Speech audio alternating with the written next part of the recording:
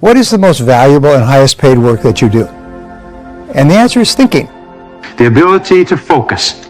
Very important. The ability to focus, as we've said and we'll say over again, is the absolute critical requirement for success. People say, geez, I don't know if I can be as successful as other people are because they have more advantages and more benefits and more intelligence and so on. Don't you believe it. A person who is focused, of average intelligence, can run circles around a person who is a genius who doesn't have the focus.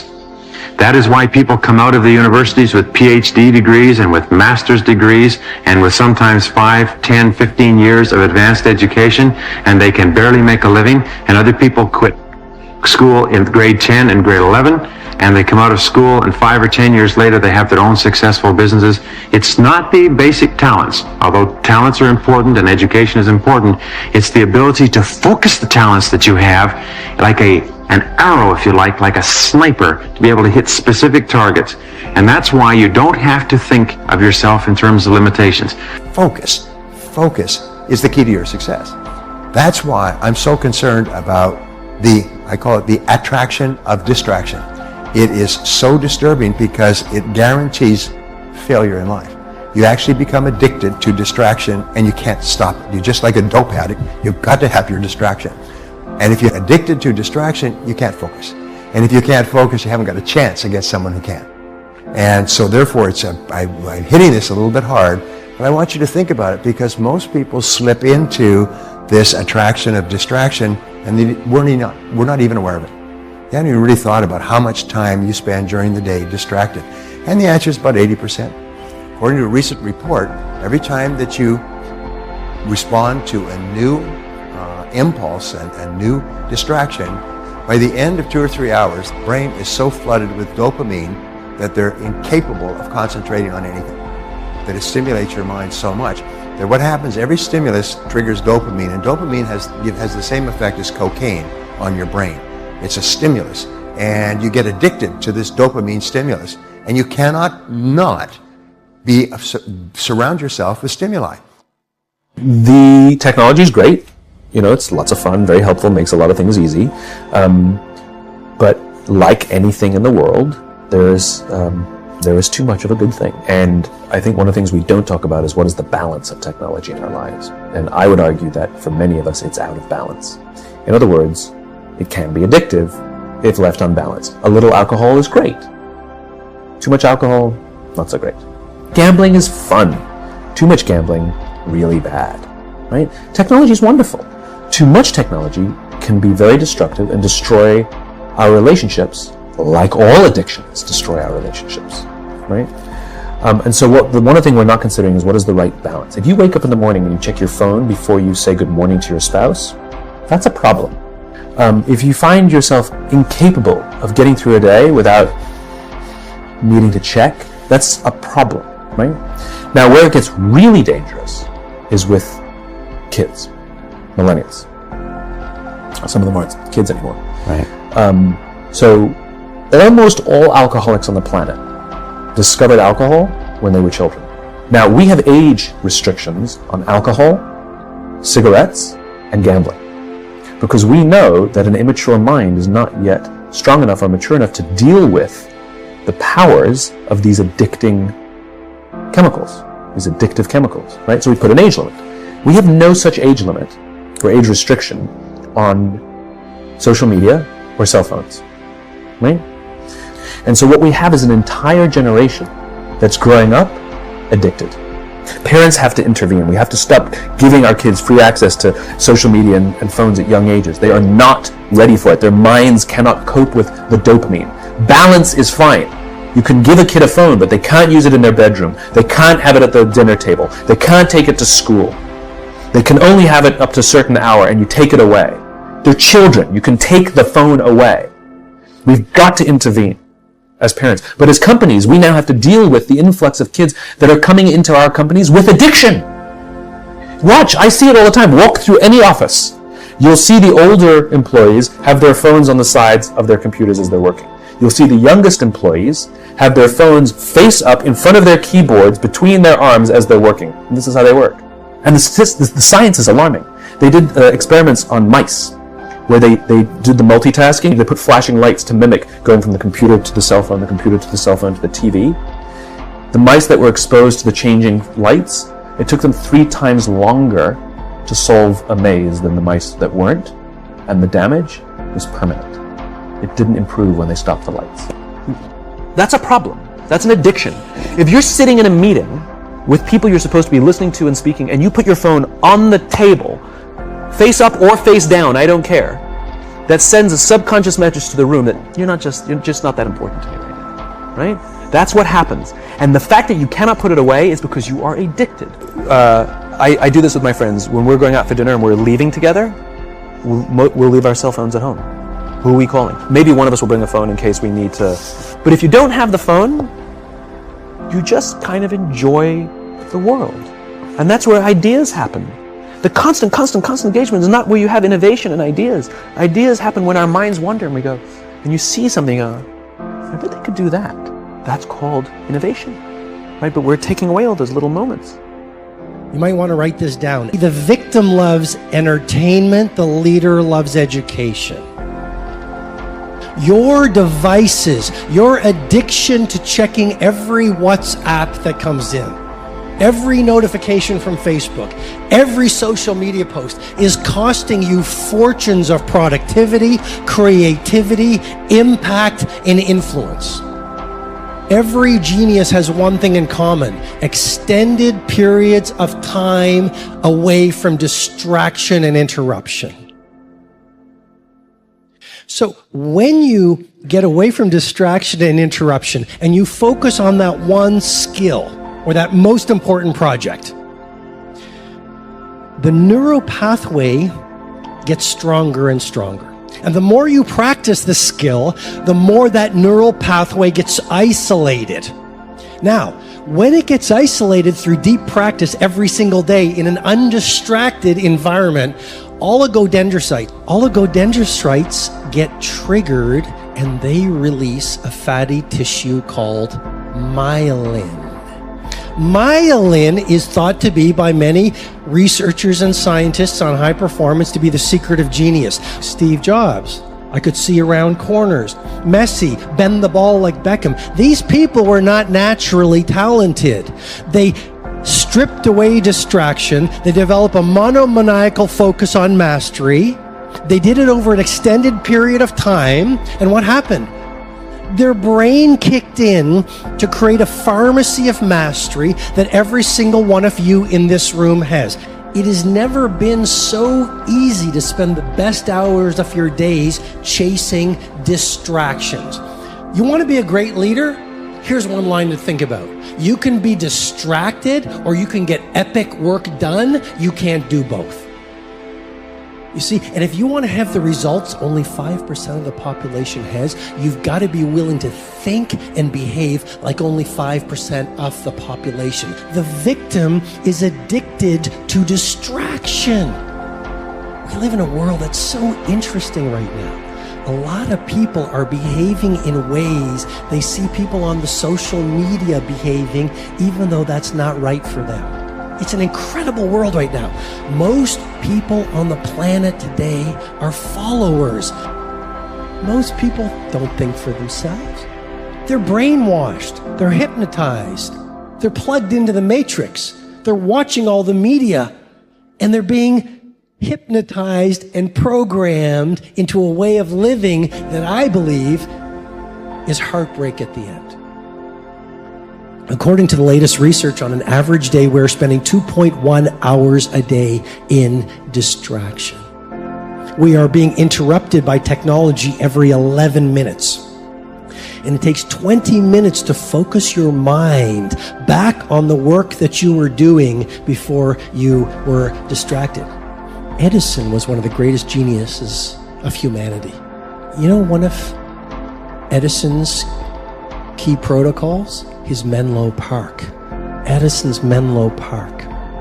He had this place where he and his small band of workers would go to, and they would get away from the world, and there was no distractions, no interruptions.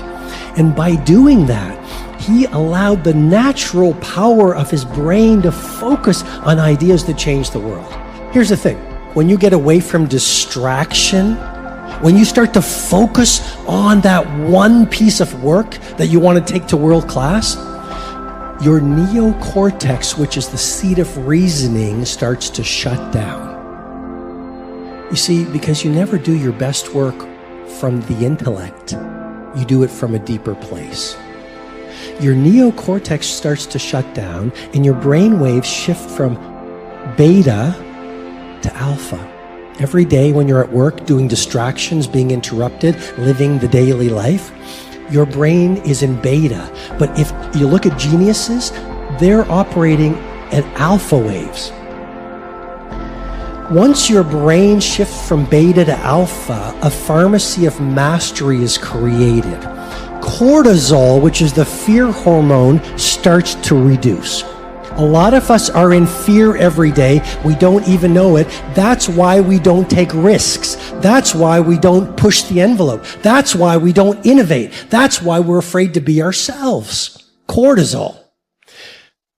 When you're away from distraction, cortisol comes down. Dopamine, the inspirational neurotransmitter, is released. And serotonin is released. And a pharmacy of mastery is actually created in your brain when you go into that quiet space to do very focused, concentrated work. Mihai Csikszentmihalyi of University of Chicago calls this the flow state. Every single one of us can create flow in our work. And when you get into flow, that's when the athletes do otherworldly things. That's when the great painters create these masterpieces. That's when the great leaders do world-class work. How do you stay focused? Answering this question is perhaps the most important, critical thing you will ever do in your lifetime, period. Focus is driving everything in your life. You got to get it back. So how are you going to get your focus back? Well, let me give you some counterintuitive ways to do it. The first thing that I need you to know in order to get your focus back is to realize that you need to make fewer decisions. Why? Well, as we know from neuroscience and we know from productivity studies, that the more decisions that we actually make, the more our brain becomes fatigued, right? The more decisions that we make, the more we utilize the glucose that's really fueling our willpower, that's fueling, frankly, our ability to make more decisions and higher quality decisions. Matter of fact, the more decisions that you tend to make, the less effective you're going to be over the long term, because you're going to utilize your ability and your resources and your brain's power, literally your willpower, will go out the window. So you want to minimize the number of decisions you are making. How do you do that? One, stop browsing. You know, I know maybe you found me because you were browsing somewhere, and I hope you make me part of your focus on your personal development. But I can tell you, overall, browsing completely wipes out your focus and your willpower. All those tweets that you're reading, all those news feeds that you're reading, guess what? Every time you look at them, guess what your mind has to do? It has to make a decision, pay attention or not pay attention. And that decision is costing you focal power and resources later on, even if you don't know it. If you're looking for something, search for that one thing, find it, you're out. Do them intentional. Stop swiping all the apps and all the pictures. Do the things that are going to move you forward. Well, what should those things be? That leads us to point number 2 here, which is you must define your mission. You need to have a mission for what you're doing today. What happens is most people just kind of show up and they go, okay, well, I guess I'll do some stuff, but they have no intention whatsoever, so they end up doing too many things that mean nothing towards their mission. Getting very clear on the mission, and working the plan. Everything else, guess what it gets? A no. Until you reach that mission or until you're significantly on your way, that you have free resources to be able to focus elsewhere. And people often have never defined their mission. And if you don't have one right now for this day, if you didn't have a drive, a mission, a written down statement about what you were going to accomplish today, a checklist, a goal sheet, a time management tool that you filled out today, and you're just showing up today and going, well, I guess I'll see what my inbox tells me to do today. And you just respond to everybody else's desires and everyone else's emails, and you're just always in reaction, always responding to everybody. no proactivity towards a mission that you defined yourself, you'll be lost. You'll find that because you never focused on that one thing or moving towards those several things that were your priority, that you're just lost. Here's another thing. Focus goes out the window when we don't have progress, right? If we're not progressing towards something, our focus goes out the window. We just don't pay attention to anything. We don't feel good about ourselves. You want to get more focus in your life? Get more progress. As you progress more, you start to get excited. You start to pay attention to things that are working, that are moving you forward, and you start to find more focus in your life. Last idea. Once you have that mission, your job is to try this. I know it's going to be uncomfortable and you're going to hate the idea. And that is, I just want you to say no to everything immediately from now on, always. Now, that goes against the grain of a lot of people say, well, no. Life is about saying yes. Well, yeah, a lot of people have said yes to everything, and that's why they're miserable. I want you to say no just at first, just so you can check it against your mission. I don't want you to say yes or commit to any projects immediately anymore. That's what people do. I do want you to commit, but just give yourself like a couple hour break or an evening's break. Make the decision the next day, right? If something comes up and you can do it and you're excited about it and someone asks you to do something, I just say no first. It will teach you to say, no, I'm going to evaluate that first. I'm going to put some thought to this to see, should I focus on this right now in my life? Yes or no? And build some criteria for yourself. You know, if you think about the time, energy, resources, and effort and sanity that you're going to have to put into something, well, you should get something more out of it than you put in, right? You should be able to draw, some return on investment or future value out of it, or your own personal development or your improvement to your lifestyle from it. But if you're going to focus on something, make sure it's going to lead to some kind of result, even if just that result is your true passion, your true love, and your true spirit in it. Otherwise, it's got to get a no. And what this suggests is that we have to have a greater degree of evaluative time and evaluative criteria in our life if we're ever going to truly have focus, right? Most people, because they're just saying yes to everything, and they never filter something through criteria to say, yes, no, good for me, bad for me, right now, wrong now. Because they have no criteria. They have no basis for making the decision. They've said yes to too many things. Their plate has become too full, and now there's too much to focus on, so they're not even moving forward.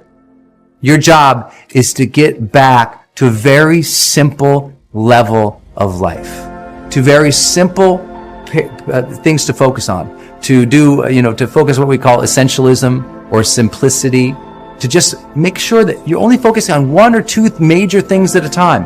And everything else, you're not allowing the distractions to suck you in, so you click all the links or do all the things that someone else says or reply to everybody else. But you're moving your life forward day by day, little by little. Engage in things that you care about, that you love, that you enjoy, saying no to those that you do not. And move towards every single day, moment by moment, day by day, to those things that truly engage you, to those things that truly energize you and bring enthusiasm into your life. And if you can keep that type of focal power and intention, then you'll start to experience what we call the charged life.